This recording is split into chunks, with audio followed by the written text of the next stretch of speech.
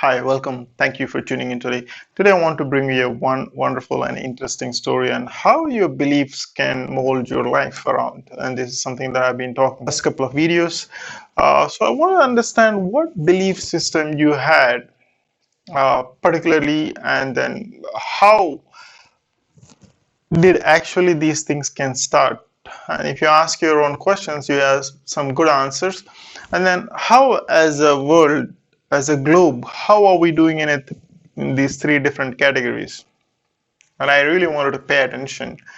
And everything is in our control, but we just let it go. And most of these beliefs are accumulated over a period of time from the basically from where you're from, and then what are the surroundings you grown up while you were a kid, and then some you picked up cautiously, some you picked up unintentionally. So these are the things that we should understand, and then how changing a belief by just reading and expanding your awareness can help you to see best results in your future. And this is something that I would like to touch on. Okay, let's try understanding about three areas what we're talking about. Let's talk about a meat eating. Now, uh, I was born in a southern part of India, and then I'm sure anybody from India can understand that there are certain castes. Say, for example, Brahmins, who is none other than a priest in a churches, or prophets in for Muslims. So these are the priests who pray for the temples, and in all the temples, which are the temples of the Hindus. So in a Brahmin family, if you're born and brought up, eating meat is pretty much a sin, and then it's a thing that you directly go to hell, basically killing a meat, which is pretty much, again, each religion says different things. For example, particularly in India, we believe in not eating beef. Now I'll come back to the point: how many people are around the world who is the most two important meat consumptions around the globe is beef and the pork, which is very much against for the two big religions across the globe. Now, if you come from a Brahmin family, any meat eating is a sin, basically. And so it has its beliefs and so on and so forth. But then if you are born in a Brahmin family, and no one will make you to eat any of the meat from the childhood, and that's what the kids picks up, and this is how at least the generations now, I'm not sure, but at least those stages who's grown up. And then imagine that from the beginning your parents are not teaching you to eat meat, you're not going to eat meat, and then you will systematically believe that that's a sin, because that's how they're going to tell you, and that's how they're going to introduce the scriptures, and which can go in that direction. Same thing, if I was born in a different part of the world, and if my parents are teaching me to eat beef, that's pretty much normal for my parents, my grandfathers, and I would continue to eat the same thing. Now, since I am in India, and then my parents never gave me a beef to eat, because we consider that's a sin. I'm always connecting this to the beliefs. How our belief system molds ourselves when we grow up. Now, definitely, if you're born in a Muslim family, pretty much they're against eating the pork. Now, it is again to the different sects and different part of the world you're from, but let me give you some nice insights that you would want to see. Now, as for the Brahmin family, and then any meat eating is a sin. That means other than the 8% of the population which is a vegan, which is a vegetarian, 90% of the population eat meat. So that means everybody is a sinner across the globe. Now, again, I'm not just being sarcastic or anything. I'm just trying to give my inputs for you to analyze how our beliefs can change when we look in a bigger perspective. Now, let's try to understand the revenue which generate across the globe just by the meat production. 1.5 trillion US dollars by end of 2020 to 2024 is a projected the revenues which they're saying. 1.5 trillion US dollars across the globe, and the first two And first two categories of the meat production is massively produced by beef and pork and followed by the chicken, so on and so forth. It could be lamb, etc. Now, everything has its effects. Now, if you look at the mortality rate and obesity, which is caused by eating red meat, and there are many factors to it, to the obesity, but most of the things that it relates, even if you read articles, etc., it's pretty much red meat. It's almost 10% of annual deaths are coming from obesity. So that is just to give you what is our belief says. I mean, at least everybody, every different section of the world or every country is what our belief says and where do we stand. Let's talk about tobacco. Now, it's not that when you're born that you're, when you're born with one and one hand the cigarette pack and the other one with the matchbox that you started smoking. These are the habits. Probably your parents are smoking in your house, or it's your uncles, colleagues, so on and so forth. Or maybe there's nobody smoking at your home, and then when you started, going to the school, you picked up from the friends around you, or colleagues around you, or other interactions you had over a period of time that you want to give a try. These are the nothing but a big drugs what we have when you look at the mortality rate what we have across the globe. But then we take this as a single handedly, nothing can happen to me if I smoke, or nothing can happen to me if I drink.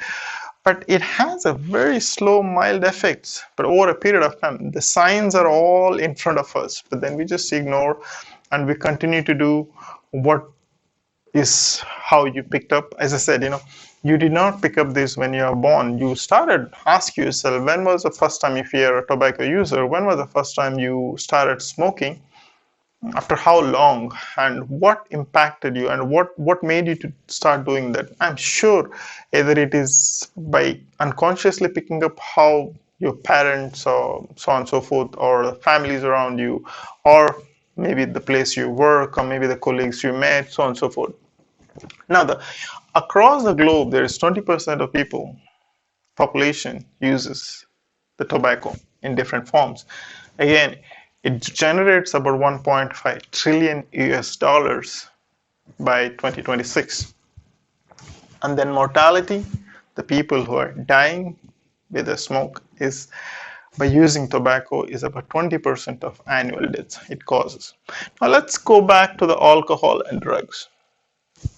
Now, going back to the alcohol and drugs, also, it's about 15% of the world population uses alcohol, and this is again the statistics increases point to point. It's always an upward journey. So 15% of population uses the alcohol and drugs, and it generates about 2 trillion US dollars annually across the globe. And then you have 15% of mortality rate. So if 100,000 people are dying in a year, 40,000 people are dying because of these three things, say the obesity, tobacco use, or alcohol use. Now, almost 1.1 billion to 1.5 billion across the globe are all using these ones, where many religions beliefs or many beliefs has that it's all sin to do these things. But then again, it's and then no one is pushing you or forcing you to do this. These are the habits we pick up. Alcohol could be, you just getting together, and then in some countries the culture is just to have a beer. It's just, it's a welcome drink. A beer is, again, any alcohol is just an alcohol. And people can say, okay, drinking red wine is good for health, or drinking beer can have 100 positive things. All these things. Alcohol is just an alcohol. Period. Smoking is just smoking. Smoking kills, and everywhere that any pack you open up, you see smoking kills. People still ignore the science. And same thing, meat eating. We got used to this. Again, these are the beliefs, or maybe things that we got used to from the beginning of how we grown up. And you can always change the beliefs. How? If you understand that this is the facts, and these 40% of the population and yearly deaths. I mean, in a year, 40% of deaths are caused by these three reasons. And if you are any of these, maybe meat eating, I don't know, but you can always. And then I'll come back to you one point that how my belief changed at, to 1 year, and then again I went back to the normal. That's a different case. Now, like tobacco, alcohol. I mean, if you understand the consequences, you can always say nothing can happen to me. But the day it can happen, you can always think back. I said maybe I shouldn't have done that, but then it's too late already. Same thing, in India, there are many times people, do make fines the police not wearing the helmet. People just go unless until they fall down and they break their head, and then they will understand the importance of wearing the helmet. But then there are the facts right in front of us, but then we don't do it. Why? Because people think that nothing can happen to me. So it's again, you believe, and you have confidence on those levels. But if you understand where we stand and what are the consequences, and if you're utilizing any of these ones, you can always change. So when I said about meat eating beliefs, see, in India, again, I'm referring that I used to go and along with my parents sometimes, um, to take the chicken once in a month or maybe every 2 weeks that we go. And one time, and then most of the time it's not like a frozen chicken that you take, but then pretty much they will kill it in front of you, give you the meat basically, and it's pretty much that in instant. What I had an experience is that we asked for a chicken, the guy did a chopping, etc., and then he gave. But then when I looked at it, that the breast part of it was still beating. It was so hot, warm. It was still beating. That image changed my mind. That image. I mean, I couldn't eat that. That's it. And that's how I changed my belief that I don't want to eat any meat. Then again, the visualization, and then again these things have a very little effect. So I stretched myself for 1 year. Eventually that image faded away from my mind, and then I started eating chicken again. So I'm not saying that things are, for many of you, this is bad or that is bad. It's your decision to take call on what is important to you and your body, and then you think. Now, if it's very important for you, you taking the alcohol or drugs is very important for you, and then you enjoy yourself, feel free to do so.